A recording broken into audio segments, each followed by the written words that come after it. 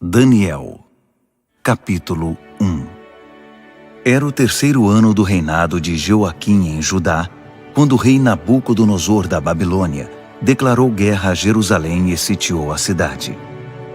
O Senhor entregou o rei Joaquim de Judá nas mãos dele, com alguns utensílios do templo de Deus.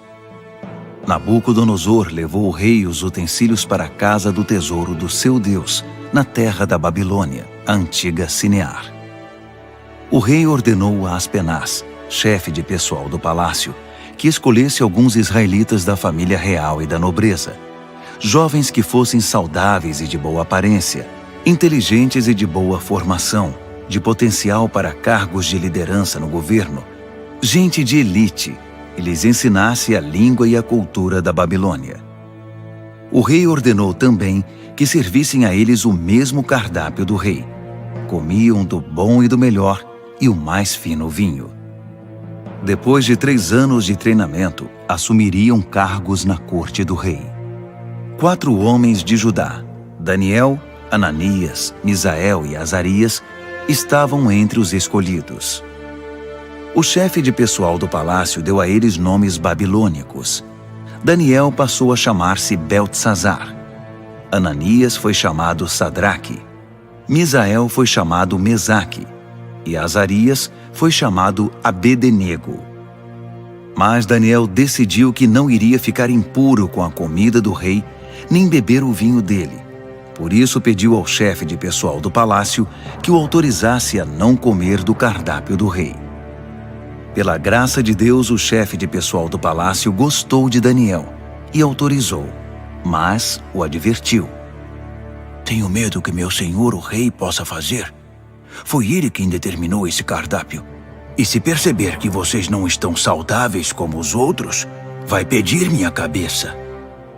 E então Daniel apelou ao responsável que havia sido designado pelo chefe de pessoal do palácio para cuidar dele, de Ananias, Misael e Azarias. Faça uma experiência conosco por 10 dias. Traga apenas vegetais e água. Depois nos compare com os jovens que se alimentam do cardápio do rei e tome sua decisão. O responsável por eles concordou e os alimentou com vegetais e água durante 10 dias. Ao final dos 10 dias, eles tinham aparência melhor e pareciam mais saudáveis que todos os outros. Assim, o responsável continuou a dispensá-los da comida e da bebida do cardápio do rei e servia-lhes apenas vegetais. Deus deu a esses 4 jovens conhecimento e habilidades em todas as áreas, tanto teórica quanto prática. Além disso, Daniel tinha o dom de interpretar todo tipo de visões e sonhos. Ao final do tempo determinado pelo rei para o treinamento, o chefe de pessoal do palácio os levou para a presença de Nabucodonosor.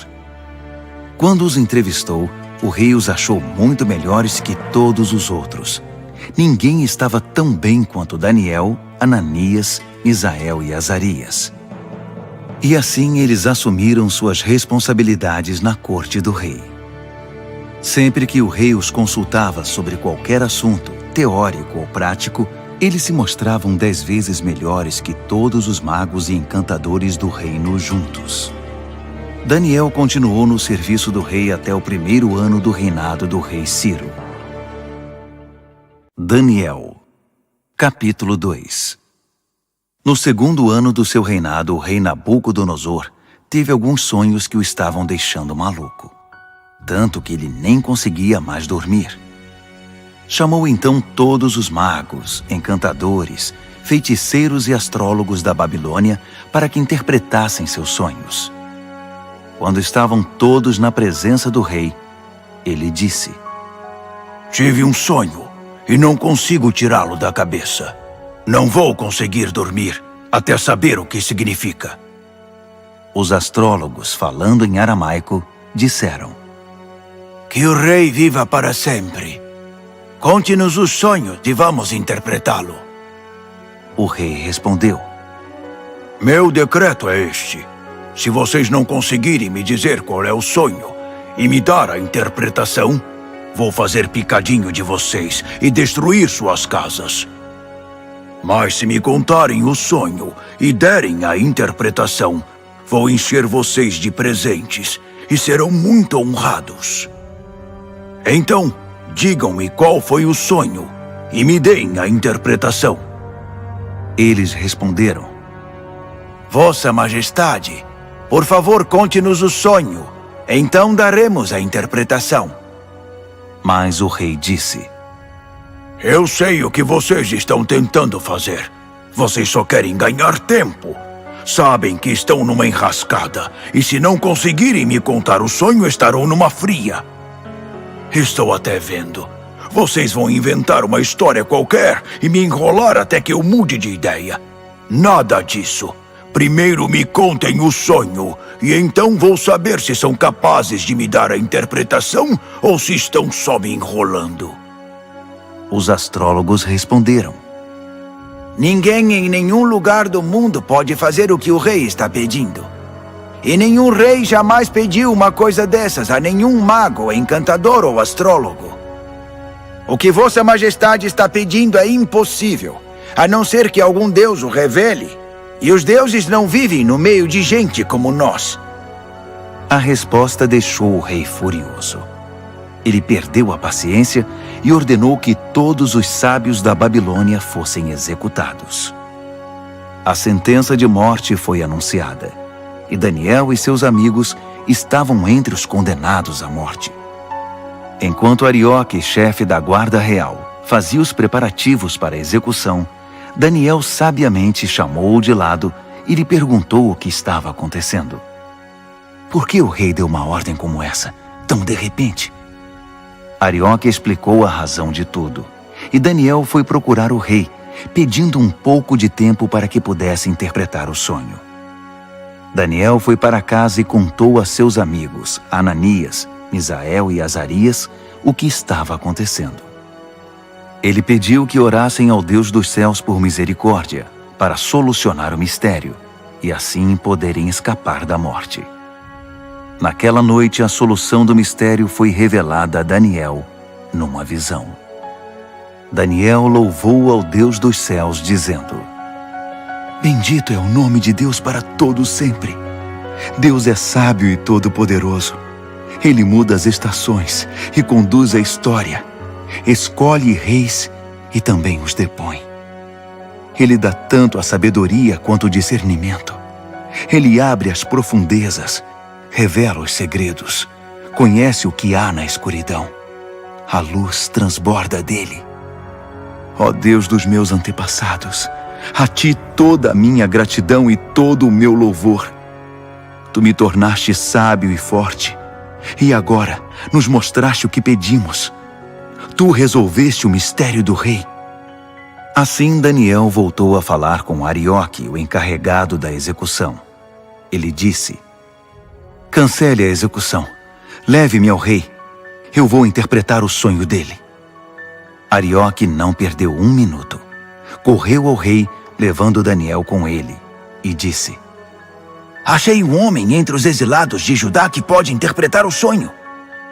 O rei perguntou a Daniel, cujo nome babilônico era Beltesazar: Você tem certeza de que pode fazer isto? Contar o sonho e interpretá-lo?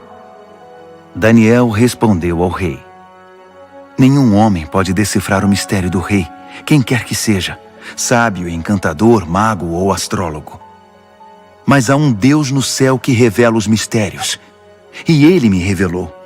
Ele está mostrando ao rei Nabucodonosor o que vai acontecer no futuro. Este é o sonho que o rei teve, a visão que encheu sua mente. Enquanto Vossa Majestade estava deitado na cama, ó rei, vieram ideias sobre o que vai acontecer no futuro. Aquele que revela mistérios mostrou ao rei o que vai acontecer. Mas a interpretação foi dada por meu intermédio, não porque eu seja mais sábio que qualquer outra pessoa, mas para que o rei saiba o que significa e entenda o que sonhou. O que viu, ó rei, foi uma enorme estátua em pé na sua frente, muito impressionante, mas também apavorante. A cabeça da estátua era de ouro puro, o peito e os braços eram de prata, o ventre e os quadris eram de bronze, as pernas eram de ferro, e os pés eram uma mistura de barro com ferro. Enquanto você estava olhando para a estátua, uma pedra que se soltou por si só da montanha, sem que ninguém o fizesse, atingiu a estátua, esmigalhando os pés de ferro e barro. Então tudo desmoronou e ficou em pedaços. O ferro, o barro, o bronze, a prata e o ouro. Ficou tudo como restos amontoados, relegados ao esquecimento. Mas a pedra que atingiu a estátua tornou-se uma grande montanha que dominava o horizonte. Esse foi o sonho. Agora vamos à interpretação do sonho. Ó Rei, Vossa Majestade é o soberano mais poderoso da terra. O Deus do céu deu tudo ao Senhor: governo, poder, força e glória. Ele o designou responsável pela humanidade e por todos os animais do campo e as aves do céu, no mundo todo. O rei é o cabeça de todos os governantes. É a cabeça de ouro. Mas seu reino será tomado por outro reino, inferior ao seu, e este por um terceiro, o reino de bronze, que governará toda a terra. Por fim, um quarto reino, forte como o ferro, assumirá o poder. Assim como o ferro despedaça tudo que atinge, esse vai quebrar, esmigalhar e pulverizar todos os reinos anteriores. Mas os pés e os dedos dele, que são uma mistura de ferro e barro, significam que o reino será dividido, mas ainda haverá a força do ferro. Assim como os dedos eram de ferro e de barro, o reino terá uma parte forte e outra frágil. Esse reino fará alianças, mas não darão certo. Não conseguirá se unir a nenhum outro reino, assim como o ferro e o barro não se misturam. Mas no tempo desses reinos, o Deus do céu edificará um reino que nunca será destruído, nem nunca será dominado por outro. No final, esmagará os outros reinos, destruirá todos eles e será eterno. Será como a pedra que se soltou por si só da montanha, sem que ninguém o fizesse, que esmigalhou o ferro, o bronze, o barro, a prata e o ouro. O grande Deus fez o rei saber o que vai acontecer no futuro. Essa é a revelação exata do sonho, e também a interpretação correta. Quando Daniel terminou, o rei Nabucodonosor, perplexo, prostrou-se com o rosto no chão diante de Daniel. Ele ordenou uma oferta de sacrifícios e de incenso em honra a Daniel e declarou: Seu Deus realmente é o Deus de todos os deuses, o Senhor de todos os reis, e Ele revela todos os mistérios. E eu sei, porque você decifrou o mistério. Então o rei promoveu Daniel a um elevado cargo no reino. Encheu-o de presentes e o empossou como governador de toda a província da Babilônia e chefe de todos os sábios da Babilônia. A pedido de Daniel, o rei designou Sadraque, Mesaque e Abednego para postos administrativos em toda a Babilônia, enquanto Daniel permaneceu no palácio real. Daniel, capítulo 3. O rei Nabucodonosor construiu uma estátua de ouro com 27 metros de altura e 2,70 metros de largura. Ele a ergueu na planície de Dura, na província da Babilônia. Em seguida ordenou a todos os líderes importantes da província que comparecessem à cerimônia de dedicação da estátua.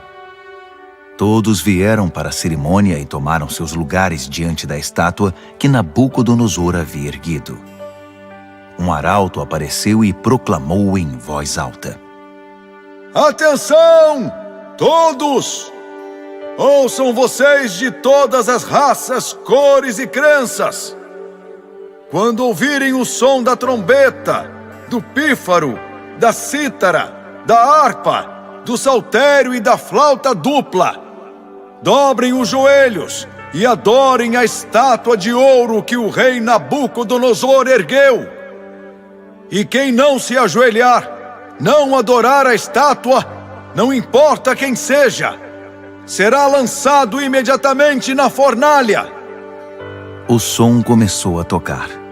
Todos os instrumentos musicais da Babilônia e gente de todas as raças, cores e crenças dobraram os joelhos e adoraram a estátua de ouro que o rei Nabucodonosor havia erguido.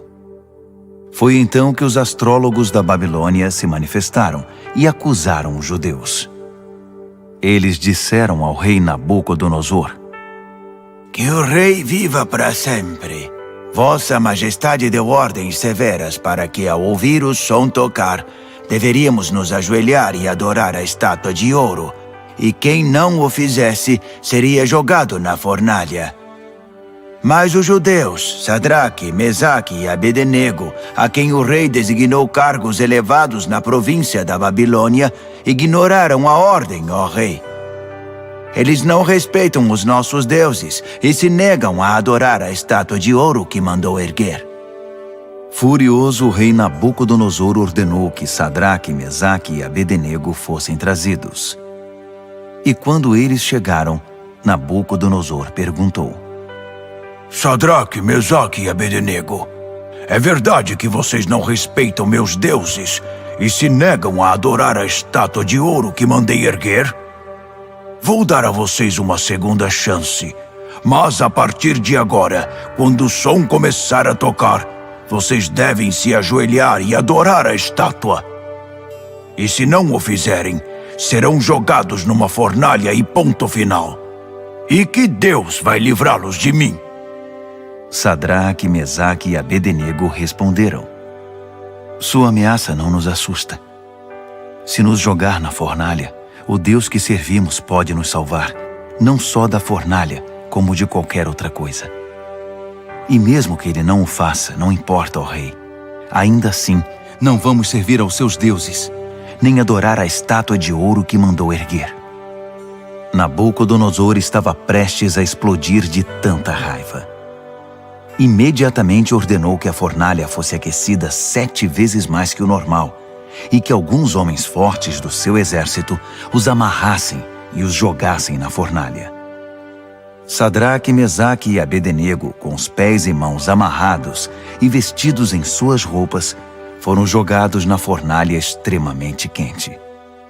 Por causa da ordem do rei, a fornalha estava tão quente que só as chamas foram suficientes para matar os homens que carregaram Sadraque, Mesaque e Abednego. E eles acabaram caindo fornalha dentro. De repente, o rei Nabucodonosor levantou-se num salto e perguntou: Não jogamos 3 homens com os pés e as mãos amarrados? Responderam os homens. Isso mesmo, senhor! Exclamou o rei. Vejam! Estou vendo 4 homens andando para lá e para cá no fogo, e eles estão bem. E o 4º homem parece um filho dos deuses. Não é possível. Nabucodonosor foi até a entrada da fornalha ardente e chamou: Sadraque, Mesaque e Abednego, servos do Deus Altíssimo, saiam, venham para cá. E Sadraque, Mesaque e Abednego saíram do meio do fogo. Todos os líderes do governo e os conselheiros do rei se reuniram para examiná-los e viram que o fogo não havia causado nenhum arranhão nos 3, nem um fio de cabelo queimado, nem cheiro de fumaça na roupa deles. Nabucodonosor exclamou: Bendito seja o Deus de Sadraque, Mesaque e Abednego! Ele enviou seu anjo e salvou seus servos. Eles confiaram no seu Deus a ponto de ignorar as ordens do rei e arriscaram sua vida, mas não serviram nem adoraram outros deuses.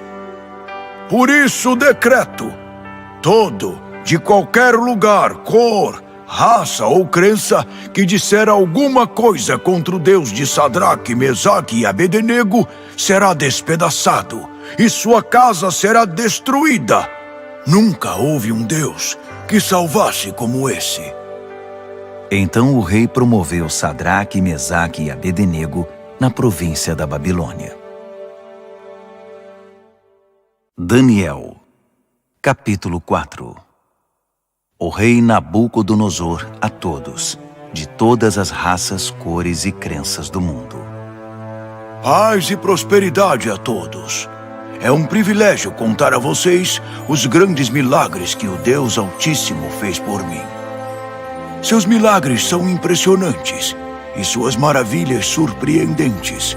Seu reino dura para sempre, e seu governo soberano é eterno. Eu, Nabucodonosor, vivia tranquilo no meu palácio, mas tive um sonho, quase um pesadelo, que me deixou abalado. Mandei buscar todos os sábios da Babilônia para que interpretassem o sonho. Quando todos estavam reunidos, magos, encantadores, astrólogos e adivinhos, contei-lhes o sonho, mas ninguém conseguiu dizer o significado. Mas veio Daniel, um homem cheio do Espírito Santo divino, e contei a ele o sonho. O seu nome babilônico é Beltesazar, assim chamado em homenagem ao meu Deus. Beltesazar, eu disse, chefe dos magos, sei que você é um homem cheio do Espírito Santo divino e que não há mistério que você não consiga desvendar. Ouça este sonho que eu tive e interprete-o para mim. Isto foi o que vi deitado na minha cama. Havia uma grande árvore no centro do mundo. Eu olhei e a árvore cresceu, tornando-se maior ainda. Seu topo alcançava o céu e era visto de todos os lugares da terra. Suas folhas eram belas e seus frutos fartos, produzindo comida suficiente para todos. Os animais se abrigavam debaixo dela e as aves faziam ninhos nos galhos. Todo mundo dependia dela. E enquanto eu ainda estava deitado, vi também isto.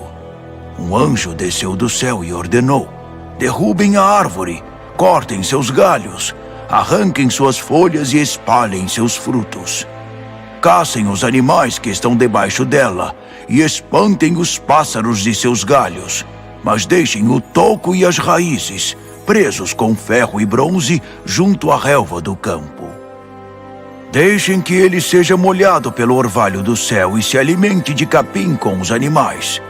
Que ele perca a mente humana e seja como um animal, e assim seja até que se passe 7 tempos. Os anjos anunciam esse decreto, as santas sentinelas trazem essa sentença, para que todos que vivem saibam que o Deus Altíssimo tem domínio sobre os reinos dos homens. Ele conduz tudo conforme seu querer, e de gente simples faz poderosos. Isso é o que eu, rei Nabucodonosor, sonhei. Beltesazar, agora é sua vez de interpretar o sonho para mim. Ninguém entre os sábios da Babilônia conseguiu ver sentido algum nele, mas tenho certeza de que você pode interpretá-lo, pois é cheio do Espírito Santo divino. Daniel, Beltesazar, ficou tão apavorado por um momento que nem conseguia falar. Disse o rei: Beltesazar, fique calmo. Não deixe que o sonho e a interpretação o assustem. Disse Beltesazar: meu senhor, gostaria que esse sonho fosse sobre seus inimigos e a interpretação para seus adversários. A árvore que você viu e que cresceu e ficou tão alta que o topo alcançava o céu, visível dos 4 cantos da terra. A árvore de folhagem viçosa e fartos frutos, suficiente para todos. A árvore sob a qual os animais buscavam refúgio e na qual as aves faziam seus ninhos. É o Senhor, ó Rei. Vossa Majestade é a árvore. Você cresceu e ficou forte. Sua Majestade atinge o céu e seu governo se estende aos 4 cantos da terra. E os anjos que desciam do céu proclamando: derrubem a árvore, destruam-na, mas deixem o toco e suas raízes na terra, presos com ferro e bronze junto à relva do campo. Deixem que ele seja molhado pelo orvalho do céu e que se alimente de grama com os animais durante 7 tempos. Isso, ó Rei, também se refere ao Senhor. Significa que o Deus Altíssimo proclamou uma sentença contra o rei. Será tirado do convívio dos homens e viverá com os animais. Se alimentará de capim como os bois e se molhará com o orvalho do céu. Isso durará 7 tempos, e o Senhor aprenderá que o Deus Altíssimo tem o domínio dos reinos dos homens e conduz tudo conforme seu querer. A parte sobre o toco da árvore e suas raízes que são deixados, significa que seu reino ainda será devolvido, depois que o Senhor reconhecer que é Deus quem tem domínio sobre tudo.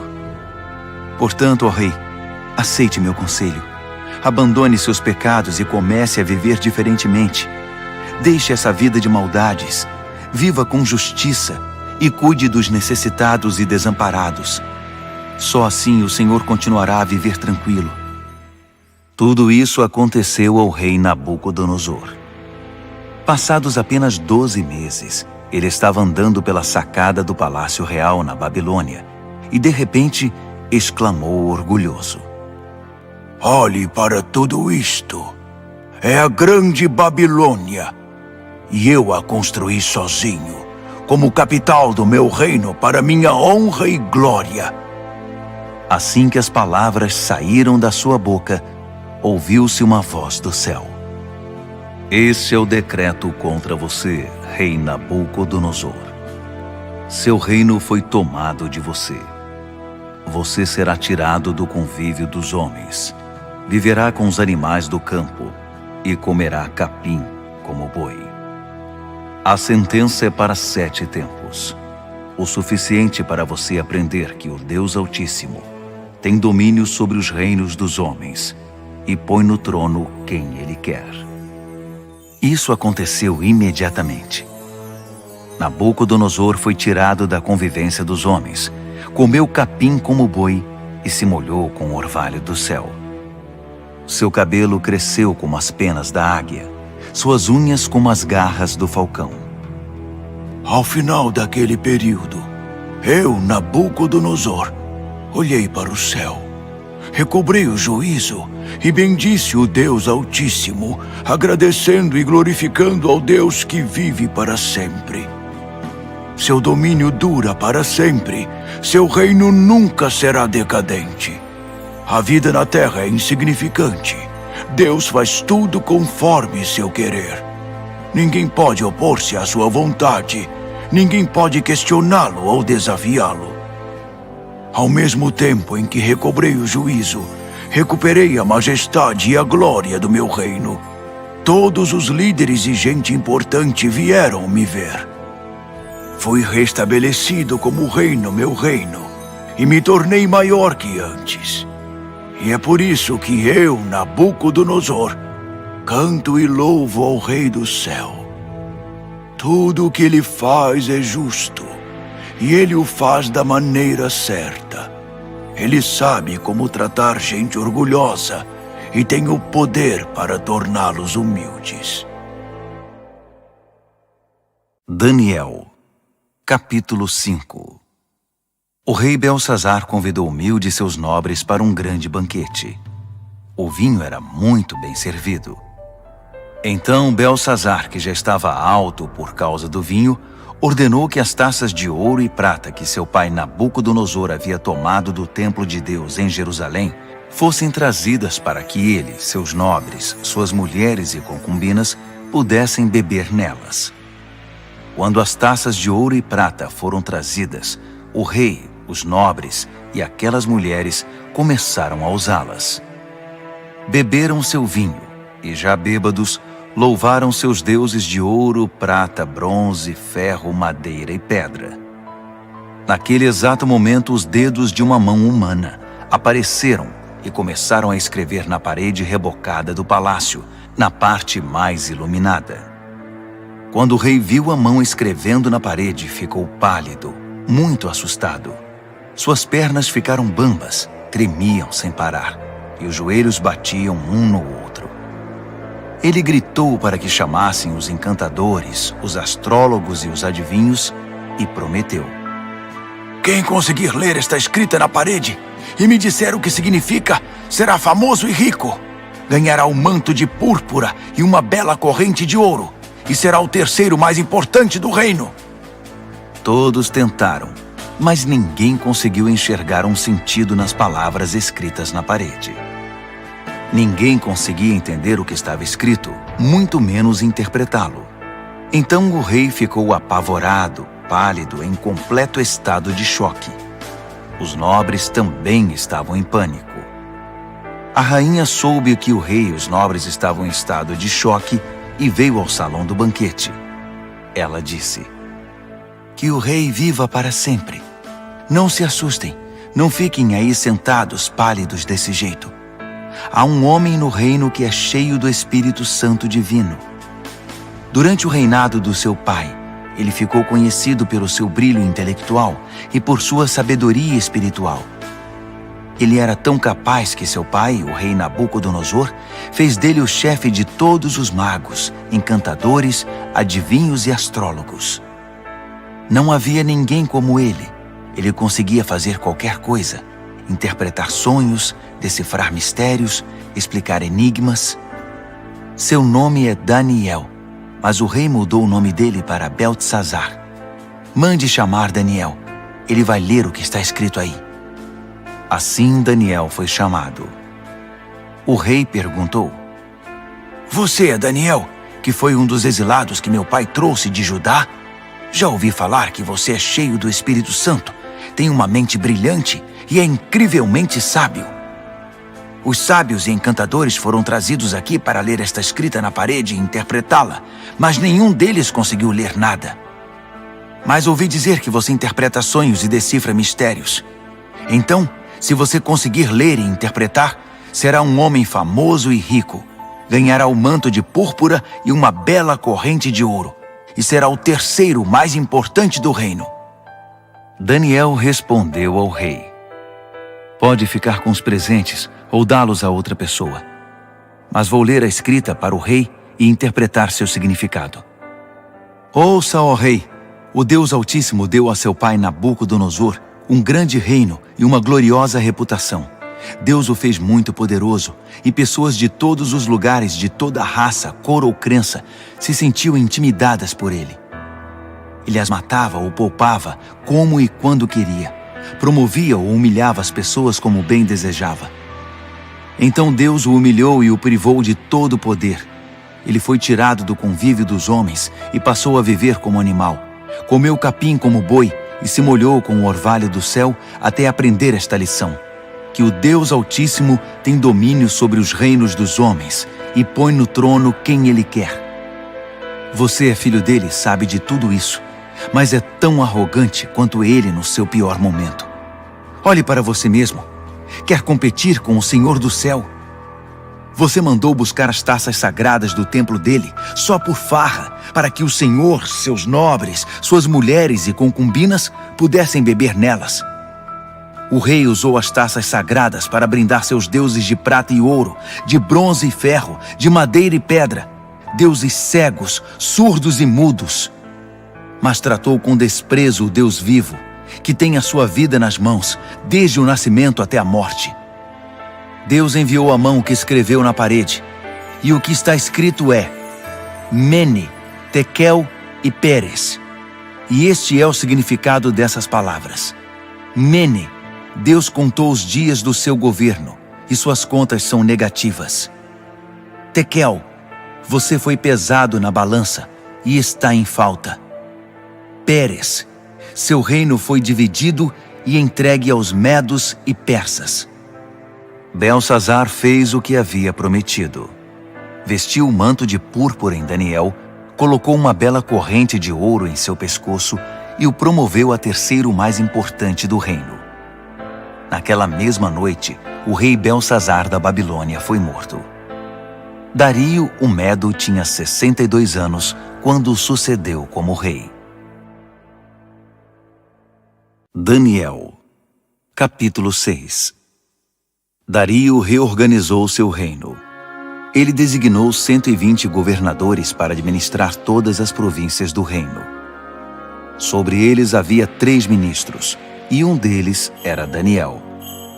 Os governadores se dirigiam aos ministros, que tinham a responsabilidade de manter tudo em ordem.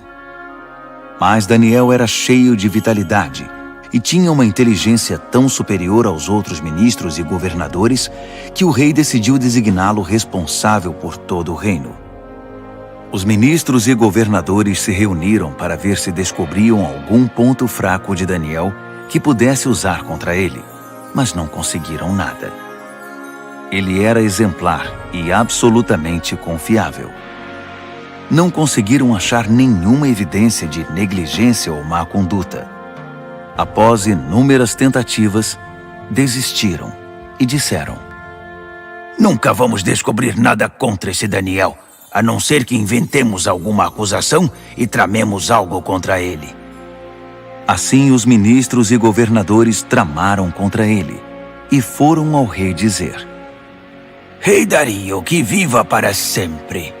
Nós, ministros, governadores e todos os principais oficiais, nos reunimos e concordamos em que o rei deveria promulgar o seguinte decreto: durante os próximos 30 dias, ninguém deve orar a nenhum outro deus ou homem exceto ao rei.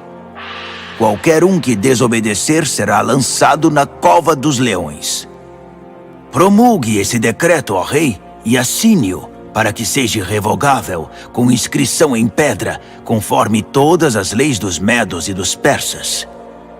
E o rei Dario assinou o decreto.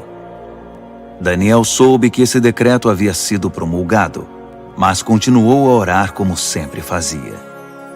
Sua casa tinha janelas no andar de cima, voltadas para Jerusalém. 3 vezes ao dia, ele se ajoelhava ali em oração, agradecendo e louvando a Deus. Os conspiradores vieram e o viram orando, pedindo a ajuda de Deus. Imediatamente foram ao rei e o lembraram do decreto. O rei não assinou uma lei proibindo qualquer pessoa de orar a qualquer deus ou homem, exceto ao rei durante 30 dias? E qualquer pessoa que fosse apanhada fazendo isso seria jogada na cova dos leões? O rei confirmou. Com certeza, como inscrição em pedra, conforme todas as leis dos medos e dos persas. Então eles disseram: Daniel é um dos exilados judeus. Ignora sua ordem e desafia sua lei. Ele ora 3 vezes ao dia. O rei ficou desconcertado e tentou de todas as formas livrar Daniel da complicação em que o havia colocado. Ele pensou nisso o dia todo. Mas os conspiradores voltaram. Lembre-se, ó rei, é uma lei conforme todas as leis dos medos e dos persas. Irrevogável. O rei cedeu e ordenou que Daniel fosse trazido e jogado na cova dos leões. Mas ele disse a Daniel: Seu Deus, a quem você é tão leal, vai livrar você desta situação. Uma pedra foi colocada sobre a entrada da cova. O rei selou a pedra com seu anel e com os anéis de todos os seus nobres, porque não podia ser revogado. O rei voltou para o palácio, mas não comeu nem conseguiu dormir. Passou a noite preocupado. Ao romper do dia, ele se levantou e foi depressa à cova dos leões. Quando chegou perto, chamou o aflito: Daniel, servo do Deus Altíssimo! Será que seu Deus, a quem você serve tão fielmente, livrou você dos leões? Daniel respondeu: Que o rei viva para sempre! Meu Deus enviou seu anjo que fechou a boca dos leões para que não me fizessem nenhum mal. Fui considerado inocente diante de Deus e também diante do Senhor, ó rei, pois não fiz mal algum ao Senhor.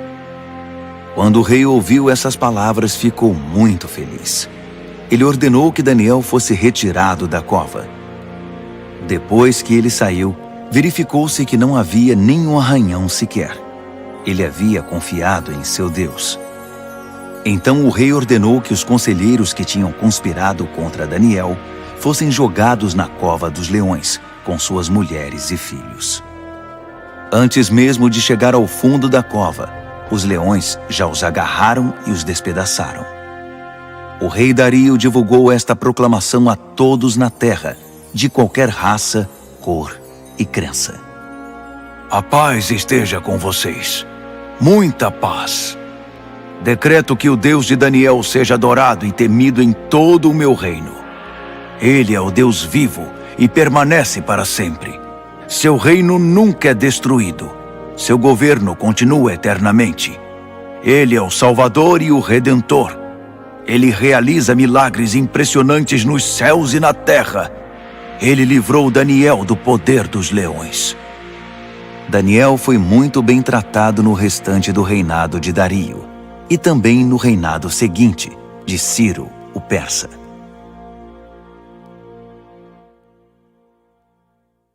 Daniel, capítulo 7. No primeiro ano do rei Belsazar da Babilônia, Daniel teve um sonho. O que ele viu enquanto dormia o apavorou. Um verdadeiro pesadelo. E ele escreveu seu sonho. No meu sonho, naquela noite, vi os 4 ventos dos céus soprando e formando uma grande tempestade no mar. 4 animais enormes, diferentes uns dos outros, subiam do mar. O primeiro animal parecia um leão, mas tinha asas de águia. Enquanto eu observava, suas asas foram arrancadas. Ele foi levantado e ficou de pé como um homem. Em seguida, deram-lhe um coração humano. Depois vi um segundo animal, que parecia um urso. Ele se levantou, segurando 3 costelas nas mandíbulas, e recebeu esta ordem: ataque, devore tudo, encha a barriga. Em seguida vi outro animal. Parecia um leopardo. Tinha 4 asas como de pássaro nas costas. Esse animal tinha 4 cabeças e recebeu autoridade para governar. Depois disso, um 4º animal apareceu no meu sonho. Esse era apavorante, medonho. Tinha enormes dentes de ferro, triturava e devorava suas vítimas. Qualquer coisa que sobrava no chão, ele pisava e esmagava. Era diferente dos outros animais, um verdadeiro monstro. E tinha 10 chifres. Enquanto eu observava os chifres, tentava imaginar o que significavam. Nasceu nele outro chifre, mas este era pequeno. 3 dos chifres que já tinha foram arrancados para dar lugar a ele. Havia olhos humanos no pequeno chifre e uma boca grande que falava com arrogância. Enquanto eu observava tudo isso, tronos foram estabelecidos e um ancião tomou seu lugar. Suas roupas eram brancas como a neve, o cabelo alvo como a lã. Seu trono estava envolto em chamas. As rodas brilhavam intensamente. Um rio de fogo jorrava do trono. Milhares de milhares o serviam. Milhões o atendiam. Pediu-se silêncio no tribunal e os livros foram abertos. Continuei observando. O chifre pequeno falava com arrogância e enquanto eu observava, o monstro foi morto e seu corpo foi lançado no fogo. Os outros animais viveram ainda algum tempo, mas não fizeram nada, não tinham poder para governar. Meu sonho continuou. Então vi alguém, um filho de homem, chegando no meio de nuvens. Ele se aproximou do ancião e foi apresentado a ele. Ele recebeu poder para governar, toda a glória da realeza. Todas as raças, cores e crenças lhe serviram e o adoraram. Seu reinado será para sempre, não terá fim. Seu governo real nunca será destruído. Mas quanto a mim, Daniel, fiquei perturbado. As visões me deixaram apavorado. Por isso eu me aproximei de alguém que estava perto e perguntei o significado de tudo aquilo. E ele me deu a interpretação. Esses 4 animais enormes, disse ele, significam 4 reinos que aparecerão na terra. Mas a certa altura, o povo santo do Deus Altíssimo receberá o reino e o manterá para sempre. Sim, para sempre. Mas eu queria saber mais. Estava curioso sobre o 4º animal, aquele que era tão diferente dos outros, o monstro medonho com os dentes de ferro e garras de bronze, que engolia o que despedaçava e pisoteava tudo o que via pela frente. E eu queria saber também a respeito dos 10 chifres e do chifre pequeno que nasceu, ocupando o lugar de 3 dos primeiros chifres. Esse novo chifre tinha olhos e com sua boca grande falava de forma arrogante, dominando os outros chifres. Observei que esse chifre fazia guerra contra o santo povo de Deus e levava vantagem sobre eles. Mas o ancião interveio e decidiu a favor do povo do Deus Altíssimo. No final, o povo santo de Deus assumiu o controle do reino. A pessoa que estava perto de mim explicou: o quarto animal é o quarto reino que aparecerá na terra. Será diferente dos 3 primeiros, um reino monstruoso que devorará e pisoteará todos à sua volta. Os 10 chifres são 10 reis, um após o outro, que procederão desse reino. Mas então, outro rei aparecerá. Ele será diferente dos reis anteriores.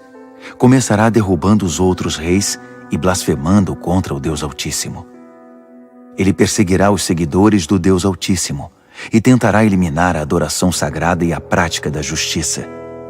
O santo povo de Deus será perseguido por ele durante um tempo, 2 tempos e meio tempo. Mas quando for feito silêncio no tribunal, o chifre não terá mais o seu poder e será destruído definitivamente. O governo real, a autoridade e a glória de todos os reinos debaixo do céu serão entregues ao povo do Deus Altíssimo, e esse governo durará para sempre. Todos os outros governantes irão servir e prestar obediência a ele. O sonho acabou assim, e eu, Daniel, continuei chocado, como alguém que tinha acabado de ver um fantasma, mas guardei tudo para mim. Daniel, capítulo 8.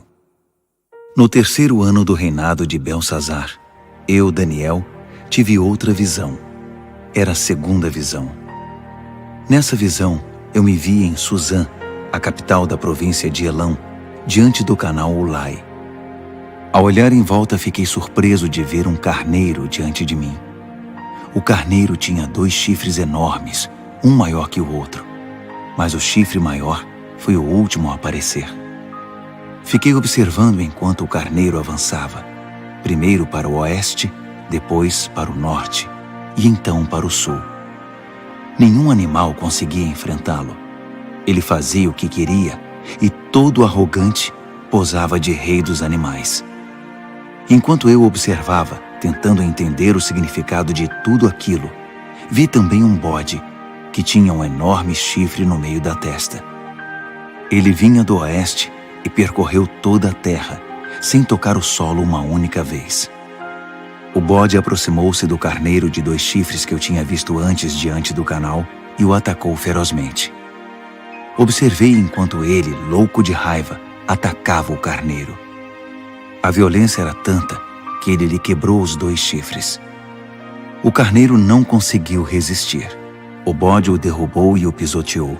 Nada pôde salvar o carneiro.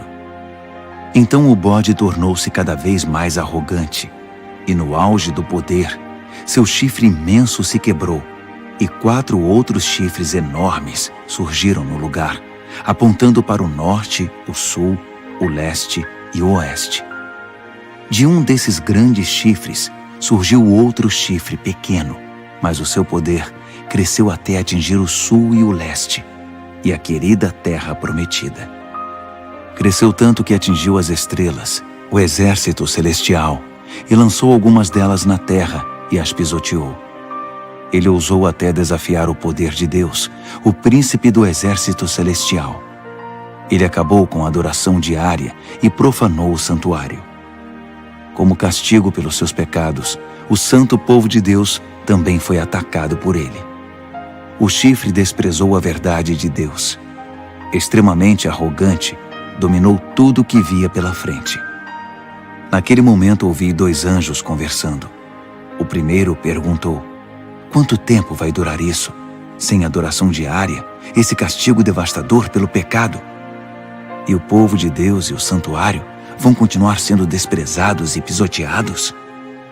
O outro respondeu: um período de 2.300 tardes e manhãs. Então, o santuário será restaurado. Enquanto eu, Daniel, estava tentando encontrar um sentido no que via, uma figura humana apareceu diante de mim. Ouvi uma voz de homem que vinha do canal de Ulai e chamava: Gabriel, diga a este homem o que está acontecendo. Explique a visão a ele. Ele veio até mim, mas quando se aproximou, fiquei aterrorizado e me prostrei com o rosto em terra. Ele disse: Entenda que esta visão diz respeito ao final dos tempos. Assim que ele falou, eu desmaiei, com o rosto no chão. Mas ele me despertou e me levantou. Ele continuou: vou contar a você o que vai acontecer nos dias de juízo, pois haverá um fim para tudo isso. O carneiro de 2 chifres que você viu representa os 2 reis dos medos e dos persas. O bode representa o reino dos gregos, e o chifre enorme na testa dele é o primeiro rei. Os 4 chifres que surgiram no lugar dele, depois que foi quebrado, são os 4 reis que virão depois dele, mas sem o mesmo poder. Quando o reinado deles estiver no fim e as rebeliões se intensificarem, surgirá um rei cruel, um mestre da maldade. Seu poder aumentará imensamente. Ele será arrogante, de fala autoritária, fazendo exatamente o que quer. Derrubará poderosos e santos por todos os lados. Suas ações criminosas vão se multiplicar. E como vão? Ele vai achar que é invencível e vai se livrar de todos os que cruzarem seu caminho. Mas quando enfrentar o príncipe dos príncipes, será esmigalhado, mas não por mãos humanas. A visão das 2.300 tardes e manhãs é precisa, mas confidencial. Então, mantenha-a em segredo. Refere-se ao futuro distante. Eu, Daniel, acabado, esgotado por alguns dias, finalmente encontrei forças para voltar ao trabalho e tratar dos negócios do rei. Mas continuei apavorado com a visão, pois não conseguia entender coisa alguma. Daniel, capítulo 9. Dario, filho de Xerxes, da linhagem dos Medos, tornou-se rei da Babilônia. No primeiro ano do seu reinado, eu, Daniel, meditava nas Escrituras, e de acordo com a mensagem do Eterno ao profeta Jeremias, Jerusalém teria de ficar em ruínas durante 70 anos. Recorri ao Senhor Deus em busca de uma resposta. Orava com dedicação e sinceridade, jejuava, vestia pano de saco e me ajoelhava nas cinzas. Derramei meu coração e abri minha alma para o Eterno, meu Deus. Ó Senhor, grande e soberano Deus, Tu nunca falhas em cumprir a Tua aliança. Nunca desistes daqueles que Te amam e obedecem ao que ordenas. Mas nós pecamos de todas as formas possíveis. Cometemos pecados terríveis, fomos rebeldes, enganamos e pegamos atalhos para fugir dos Teus caminhos. Fizemo-nos de surdos diante dos Teus servos, os profetas, que pregaram Tua mensagem aos nossos reis e líderes, aos nossos pais e a todo o povo da terra. Tu fizeste tudo certo, Senhor, mas tudo o que temos a apresentar é culpa e vergonha, todos nós, o povo de Judá, os cidadãos de Jerusalém, Israel no exílio e em todos os lugares por onde fomos espalhados, por ter Te traído. Ah, sim, fomos envergonhados publicamente, todos nós, nossos reis, líderes, pais, diante do mundo. Mas foi bem merecido, por causa do nosso pecado. A Tua compaixão é nossa única esperança, ó Senhor, o nosso Deus, porque na nossa rebeldia abrimos mão dos nossos direitos. Não prestamos atenção em Ti quando nos disseste como deveríamos viver, nem obedecemos ao ensinamento proclamado por Teus servos, os profetas. Todos nós em Israel optamos por Te ignorar. Desprezamos Tuas instruções para fazer apenas o que era do nosso agrado. E agora estamos pagando por isso. A maldição expressa claramente na revelação feita a Moisés, servo de Deus, agora está fazendo efeito entre nós. É o salário do nosso pecado contra Ti. Fizeste a nossos governantes o que prometeste fazer. Trouxeste desgraça sobre nós em Jerusalém, a pior já registrada. E como estava escrito na revelação de Deus a Moisés, a catástrofe foi total. Nada foi poupado. Nós nos mostramos obstinados no nosso pecado, sem nunca considerar Tuas orientações, ignorando Tuas advertências. Assim, com razão, deixaste que a desgraça viesse sobre nós com tudo. Tu, ó Eterno, tens todo o direito de fazer isso, pois nós te ignoramos de maneira persistente, com muita culpa no cartório. Ó Senhor, Tu és nosso Deus, pois livraste Teu povo da terra do Egito numa grande demonstração de poder. O povo ainda fala nisso. Confessamos que pecamos, que vivemos uma vida de maldades. Como sempre tens agido, consertando as coisas e endireitando as pessoas. Por favor, afasta Tua grande ira contra Jerusalém, que é a Tua cidade, Teu santo monte. Sabemos que foi por culpa nossa que isso aconteceu. Tudo por causa do nosso pecado e do pecado de nossos pais. E agora estamos envergonhados diante de todos. Somos motivo de zombaria na nossa vizinhança. Por isso, ouve, ó Deus, esta oração sincera do Teu servo. Tem misericórdia do Teu santuário arruinado. Age de acordo com o que és, não segundo o que somos. Atende nossa oração, ó Deus. Abre os olhos e observa a nossa cidade arruinada, a cidade chamada pelo Teu nome. Sabemos que não merecemos Tua atenção. Nosso apelo é a Tua compaixão. Esta oração é nossa única esperança. Senhor, ouve-nos. Senhor, perdoa-nos. Senhor, olha para nós e faz alguma coisa.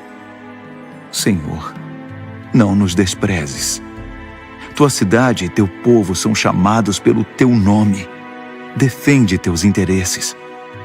Enquanto eu derramava meu coração, confessando meu pecado e o pecado do meu povo Israel, orava e apresentava toda a minha vida diante do Eterno e intercedia pelo santo monte do meu Deus.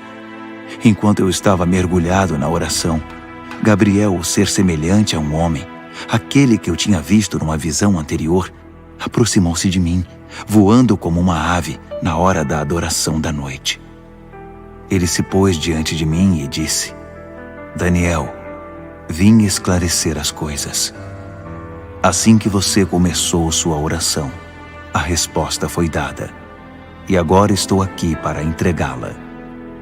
Você é muito amado, por isso, ouça com cuidado para entender o significado da revelação.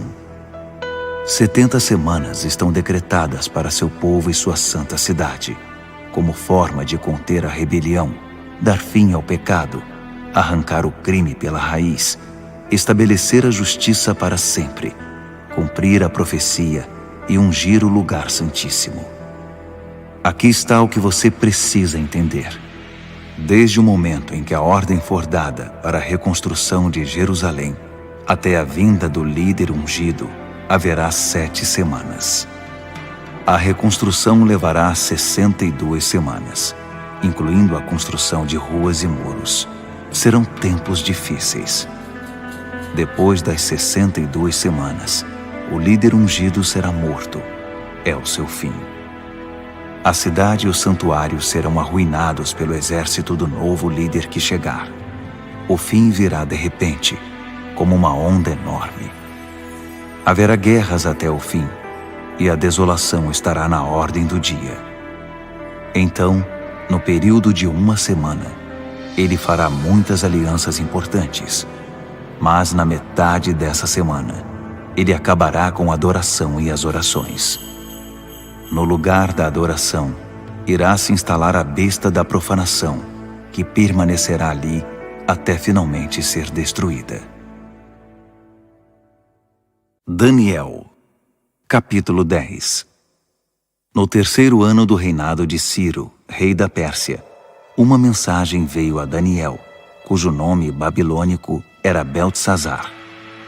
A mensagem era verdadeira e falava de uma grande guerra. Ele entendeu, pois seu significado veio por revelação. Durante aqueles dias, eu, Daniel, guardei luto por Jerusalém durante 3 semanas. Comi apenas comida simples, sem tempero, e não comi carne nem bebi vinho. Não tomei banho nem me barbeei até que tivessem passado as 3 semanas. No dia 24 do 1º mês, eu estava de pé diante do grande rio, o Tigre. Levantei os olhos e para minha surpresa, vi um homem vestido de linho, com um cinto de ouro puro na cintura. Seu corpo brilhava como se fosse esculpido de pedra preciosa. A face era radiante, e os olhos, vivos e penetrantes como tochas. Os braços e pernas reluziam como bronze polido, e sua voz soava como um grande coral. Eu, Daniel, fui o único a vê-lo. Os homens que estavam comigo, embora não estivessem vendo, foram tomados de medo e correram para se esconder, temendo o pior. Quando fiquei sozinho depois dessa visão, abandonado pelos meus amigos, meus joelhos ficaram bambos e o rosto pálido, sem força nenhuma. Quando ouvi o som da sua voz, não resisti e desmaiei. Caí com o rosto no chão. Mas uma mão me tocou e me pôs sobre as mãos e os joelhos. Daniel, ele disse, homem de valor, Deus ama você demais. Levante-se e preste muita atenção à minha mensagem. Fui enviado para falar dela a você. Quando ele disse isso, eu me levantei, mas não conseguia parar de tremer. Fique tranquilo, ele continuou. Não tenha medo. Quando você decidiu se humilhar para receber entendimento, sua oração foi ouvida, e eu me dispus a vir até aqui. Mas fui impedido pelo anjo, que é o príncipe do reino da Pérsia, e isso me atrasou por 3 semanas. Mas Miguel, um dos anjos supremos, veio em meu socorro e ficou ali com o anjo, que é o príncipe da Pérsia. Estou aqui para ajudar você a entender o que vai acontecer com seu povo, pois a visão fala do futuro. Enquanto ele falava, fiquei só olhando para o chão. Não conseguia dizer nada. E fui surpreendido por algo parecido com uma mão humana que me tocou os lábios. Então abri a boca e comecei a falar. Quando vi, fiquei apavorado. Minhas pernas ficaram bambas. Eu não conseguia me mexer. Como é possível que eu, um humilde servo, fale com alguém como o Senhor? Estou completamente paralisado. Mal consigo respirar. Aquele ser, que parecia humano, me tocou outra vez e me deu forças. Ele disse, não tenha medo. Fique em paz. Você é amado demais. Tudo vai ficar bem. Tenha coragem. Seja forte. Enquanto ele ainda falava, veio-me coragem e retomei as forças. Então eu disse, pode falar, porque o Senhor me deu forças. Ele disse, você sabe por que vim aqui? Preciso voltar para lutar contra o anjo que é o príncipe da Pérsia. E depois que eu o tirar do caminho, chegará o anjo que é o príncipe da Grécia. Mas antes deixe-me contar a você o que está escrito no livro da verdade. Ninguém me ajuda na minha luta contra esses seres, a não ser Miguel, o anjo, que é o príncipe de vocês. Daniel, capítulo 11.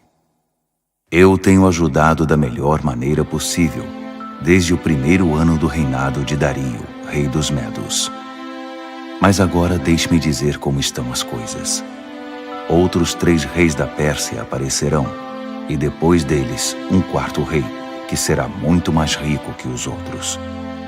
Quando ele achar que já tem poder suficiente, ganho com sua riqueza, declarará guerra contra o reino da Grécia. Nesse momento, aparecerá um rei poderoso, que dominará um enorme território e conduzirá tudo como bem entender. Mas no auge do seu poder, quando tudo estiver aparentemente bem, seu reino se dividirá em 4 partes, norte, sul, leste e oeste. Mas seus herdeiros não receberão nada.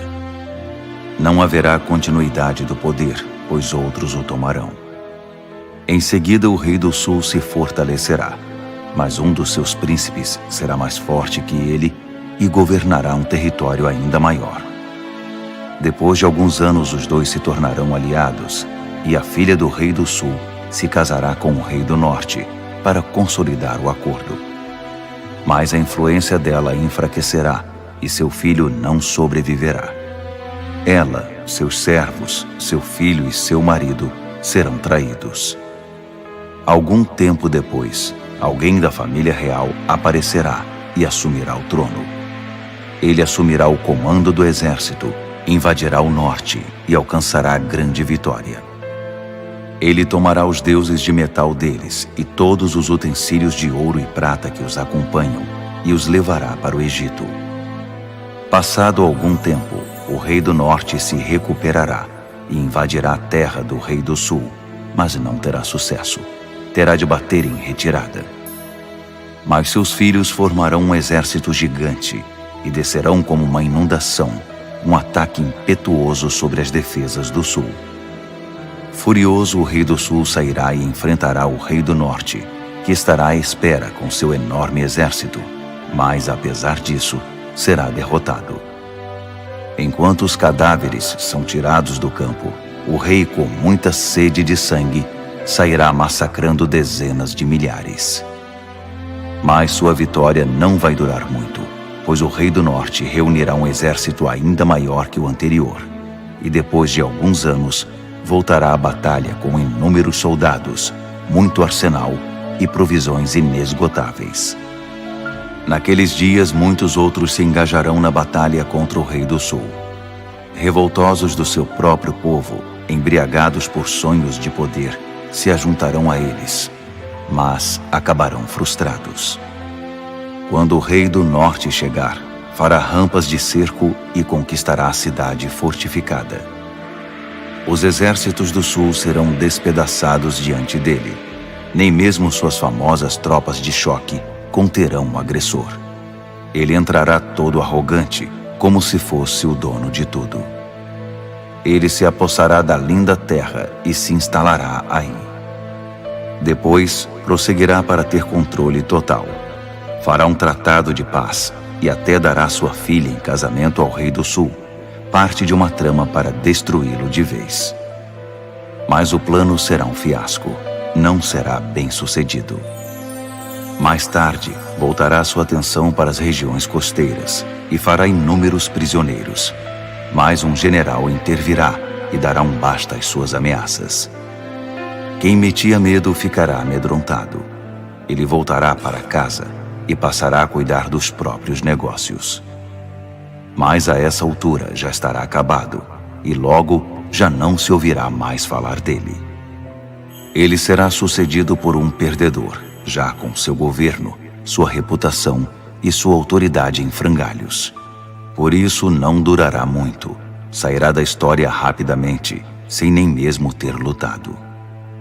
Seu lugar será preenchido por um sujeito desprezado e desprezível. Mas ele surpreenderá todos, saindo como que do nada e se apossando do reino. Ele avançará como um rolo compressor, e até o príncipe da aliança será esmagado. Depois de negociar um cessar-fogo, ele violará as condições. Que traidor! Com alguns poucos comparsas, assumirá o controle total. Ele invadirá as províncias mais ricas, quando elas menos esperarem. Ultrapassará todos seus antepassados, prenderá e saqueará. Viverá com seus amigos num luxo desmedido. Ele fará planos contra as cidades fortificadas, mas não será por muito tempo. Ele ajuntará um grande exército muito bem armado para combater o rei do sul.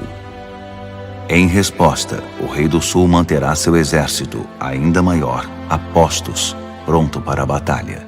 Mas não será capaz de sustentar essa condição por muito tempo, em razão das intrigas nas próprias fileiras. Sua corte estará minada por tramas e conspirações. Assim seu exército será esmagado, e o campo de batalha ficará coberto de cadáveres.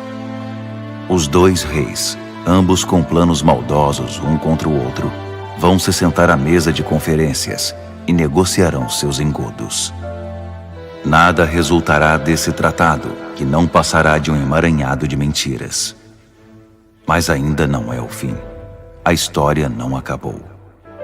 O rei do norte irá para casa carregado de despojos, mas sua mente estará voltada para a destruição da Santa Aliança enquanto estiver passando pela terra a caminho de casa. 1 ano mais tarde, ele comandará nova invasão ao sul, mas a segunda invasão não será como a primeira. Quando os navios romanos chegarem, ele dará meia volta e retornará para casa. Mas ao passar pela terra, seu ódio contra a Santa Aliança será despertado. Ele fará acordo com todos os que se dispuserem a trair a Santa Aliança, tomando partido deles. Suas forças entrarão marchando e profanarão o santuário e a cidadela.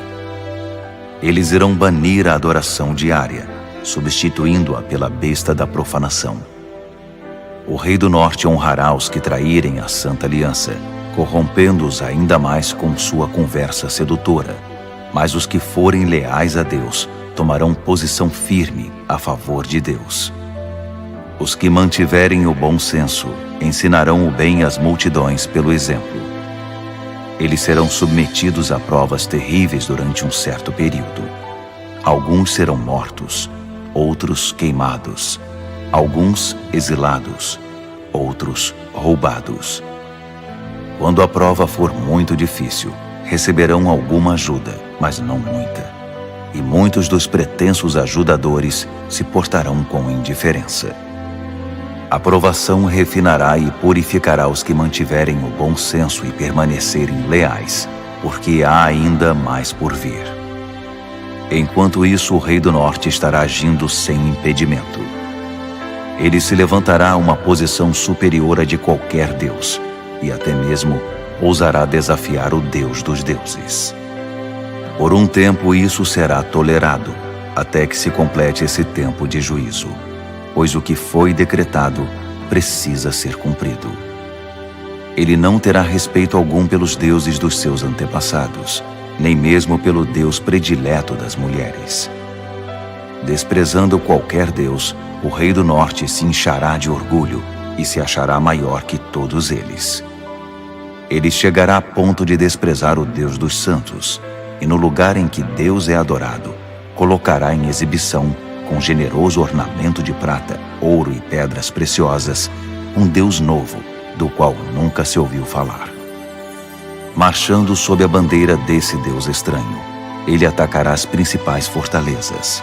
Promoverá todos os que seguirem esse Deus, dando a eles cargos importantes e recompensando-os com concessões de terras.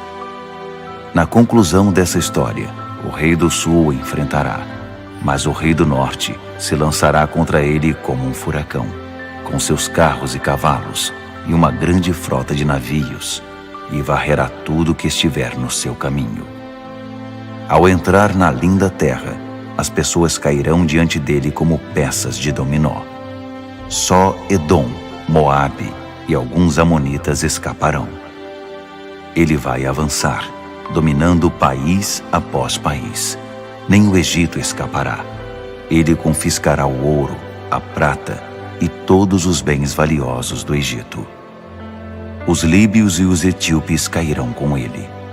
Mas nesse momento, relatos perturbadores virão do norte e do leste e o farão entrar em pânico. Furioso, ele se apressará em suprimir a ameaça. Mas assim que armar suas tendas entre o mar Mediterrâneo e o Monte Santo, inúmeras tendas reais, ele encontrará seu fim.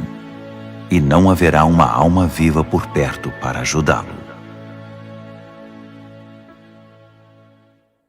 Daniel, capítulo 12.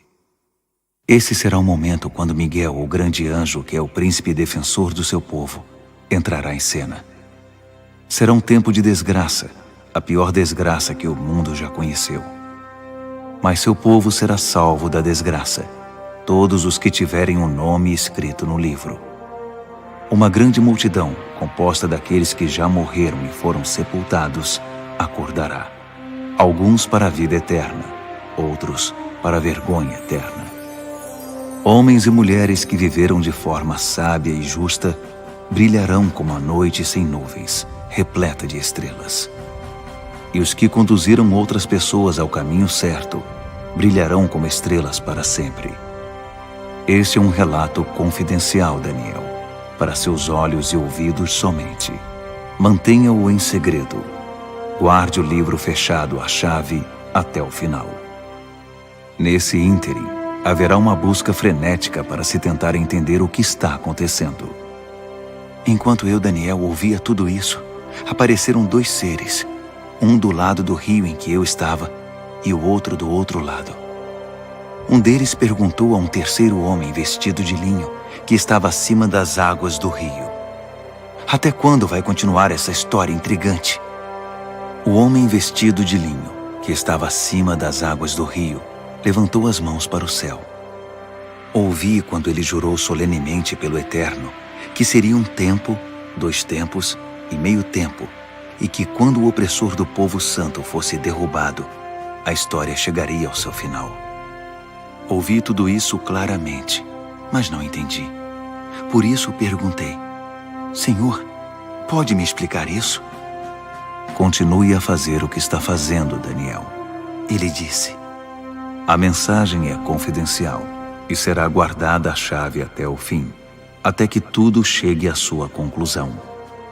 O povo será purificado e renovado, mas os maus continuarão sendo maus, sem ter a menor ideia do que está acontecendo. Já os que viverem de forma sábia e justa entenderão tudo. A partir do momento em que a adoração diária for abolida do templo e a besta da profanação for introduzida no seu lugar, vão se passar 1290 dias. Abençoados os que persistirem pacientemente durante os 1335 dias. E você prossiga em sua jornada, sem ficar ansioso ou preocupado. Fique tranquilo. Quando tudo tiver passado, você se levantará para receber sua recompensa.